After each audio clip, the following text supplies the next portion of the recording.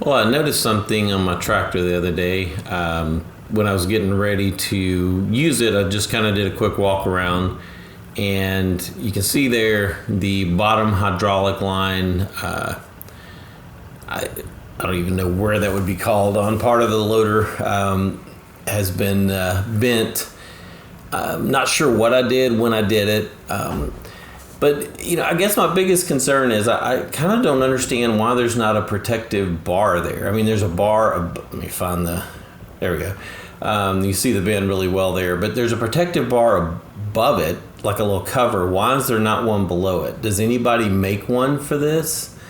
Here in a second, you'll see the bar I'm talking about. It says no step on it. It covers the top part.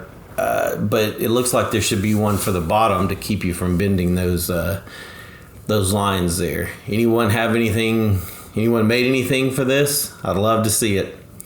Appreciate it, guys.